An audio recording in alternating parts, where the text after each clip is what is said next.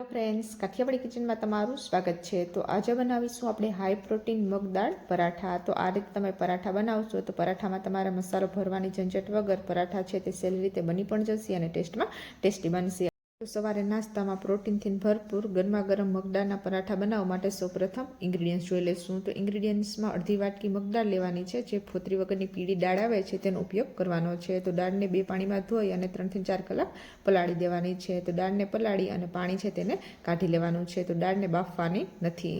મગદાળને પલળતા વધારે ટાઈમ લાગશે નહીં, તો મગદાળને થોડી વાર માટે સાઈડમાં રાખી દેવાની છે। તો ત્યાં સુધીમાં આપણે બીજા ઇન્ગ્રીડિયન્ટ્સ જોઈ લઈશું। તો 1 કપ ઘઉંનો લોટ લેવાનો છે।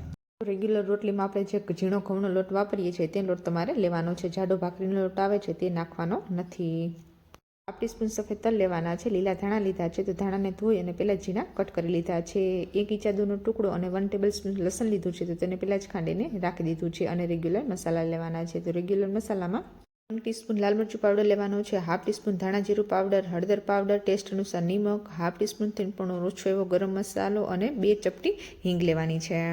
તો 50 ml તેલ લીધું છે। તો તેલનો ઉપયોગ લોટના મોણ માટે અને પરાઠાને ફ્રાય કરવા માટે કરવાનો છે। ઇન્ગ્રીડિયન્ટ્સ તૈયાર છે, થોડી વાર માટે સાઈડમાં રાખી દઈશું। તો પરાઠાનો લોટ બાંધવા માટે કોઈ પણ મોટું વાસણ લેવાનું છે, જેમાં લોટ સારી રીતે બંધાય છે તેવું જ મોટું વાસણ લેવાનું છે। તો જે ઘઉંનો લોટ રાખ્યો તો તે લોટ ચારીને રાખી દીધો હતો, તો ઘઉંનો લોટ નાખવાનો છે અને જે રેગ્યુલર મસાલા રાખ્યા હતા તે રેગ્યુલર મસાલા નાખવાના છે। તો જો તમે લીલું મરચું કટકી કરીને કે ખાંડીને નાખવાના હો તો લાલ મરચું પાવડર, તમે જેટલું તીખું ખાતા હોય એ પ્રમાણે લીલું મરચું અને લાલ મરચું પાવડરનો ઉપયોગ કરવાનો છે। તો જે સફેદ તલ રાખ્યા હતા તે સફેદ તલ અને જે લીલા ધાણા કટ કરીને રાખ્યા હતા તે લીલા ધાણા નાખવાના છે। તો જે આદુ લસણ ખાંડીને રાખ્યા હતા તે નાખવાના છે। તો જે મગદાળ પલાળીને રાખી હતી તે પલાળેલી મગદાળ નાખવાની છે। તો દાળ નાખી અને બધા ઇન્ગ્રીડિયન્ટ્સને આ રીતે મિક્સ કરી લેવાના છે।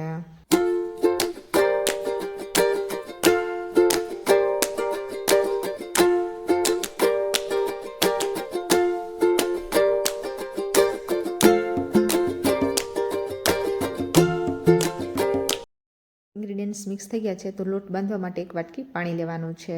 તો પાણી નાખવાનું છે લોટમાં અને લોટને આ રીતે બાંધી લેવાનો છે। તો લોટ બાંધવામાં એકસાથે પાણી નથી નાખવાનું, થોડું થોડું પાણી નાખતું જવાનું છે અને લોટને આ રીતે બાંધતું જવાનું છે। લોટ ઢીલો ન રહે તેનું તમારે ખાસ ધ્યાન રાખવાનું છે। તો 1 વાટકી પાણી લીધું હતું લોટ બાંધવામાં, તેમાંથી અડધી વાટકી પાણી છે તે બચી ગયું છે, એટલે અડધી વાટકી પાણીની જરૂરત પડશે। તો આ રીતે લોટ બાંધી અને લોટના મોણ માટે જે તેલ રાખ્યું હતું તેમાંથી આપણે 1 ટીસ્પૂન તેલ નાખવાનું છે અને લોટને આ રીતે મોણ દેવાનું છે। તો લોટને ઢાંકી અને 10 મિનિટ સુધી સાઈડમાં રાખી દેવાનો છે। 10 મિનિટ થઈ ગઈ છે, તો લોટમાંથી આ રીતે લુવા વારી લેવાના છે। પરાઠા તમારે નાની મોટી સાઈઝના બનાવો એ પ્રમાણે તમારે લુવા તૈયાર કરવાના છે।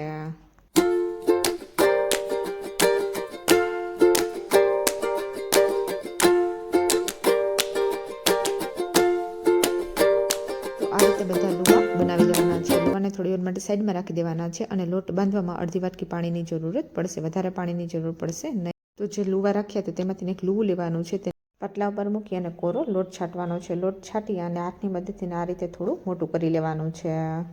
તો પૂરી જેવડું મોટું થઈ ગયું છે, તો વેલણની મદદથી આ રીતે વણી લેવાનું છે।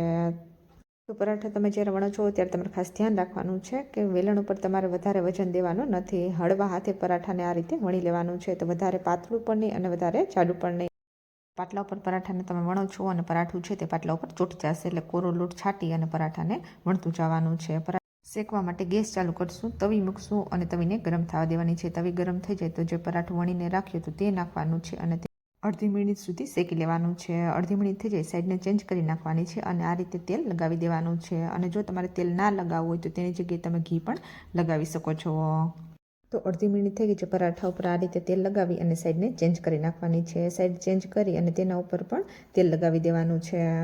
ગેસની ફ્લેમને હાઈ પણ નથી રાખવાની અને ગેસની ફ્લેમને સ્લો પણ નથી રાખવાની। ગેસની ફ્લેમને મીડિયમ રાખી અને પરાઠાને શેકવાના છે।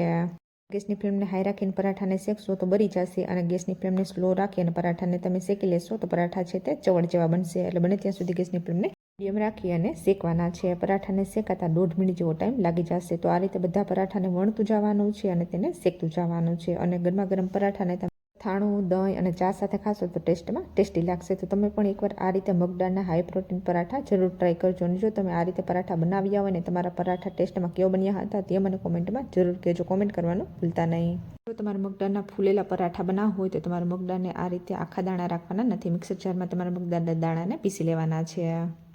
તો જો તમને આ રેસીપી સારી લાગી હોય, ચેનલમાં નવા હો અને ચેનલને સબસ્ક્રાઈબ ના કરી હોય તો ચેનલને લાઇક કરજો, શેર કરજો, કોમેન્ટ કરજો અને આવી જ નવી રેસીપી જોવા માટે ચેનલને સબસ્ક્રાઈબ કરજો. સબસ્ક્રાઈબ કરવાનું ભૂલતા નહીં. ચેનલમાં નવા હો અને બેલ આઇકન બટનને પ્રેસ ના કર્યું હોય તો બેલ આઇકન બટનને પણ પ્રેસ કરી દેજો. રેસીપી સારી લાગી હોય તો રેસીપીને ફ્રેન્ડ સાથે શેર કરતા રહેજો. Thank you. મળીએ આપણે નેક્સ્ટ રેસીપી સાથે.